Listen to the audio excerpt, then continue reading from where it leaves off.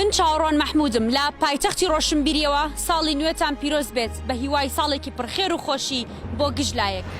سڵتان نەبێت کاردۆ حوسێنم لە هەولێرەوە ساڵی نوێتان پیرۆز بێت. هیوادارم ساڵی 2025 ساڵێکی ئارام و پڕ لە دەستکەوت بێت و وە گشت ڕنگ و دەنگە جیاوازەکان لەژێر پەرچەمی ئاڵای کوردستان بە یەکگرتووی ببینرێت.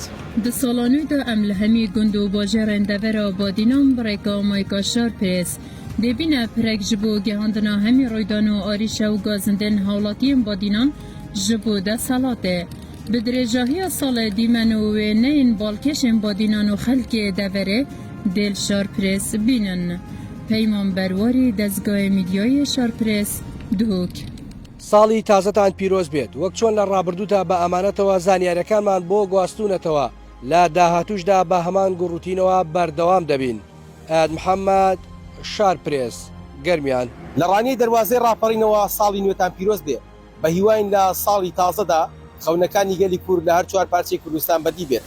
ساڵی 2024 لەگەڵتان بووین با گواستنەوەی هەواڵ و زانیاری پیرۆزبایی ساڵی نوێتان لێەکەین و بۆ ساڵی 2025ش بەردەوامی. سەر و ساڵی تازە تا مبارەک بوو بە هیوا ساڵێ پڕجە ئارامی و وەشبەختی پێگر لایەتە.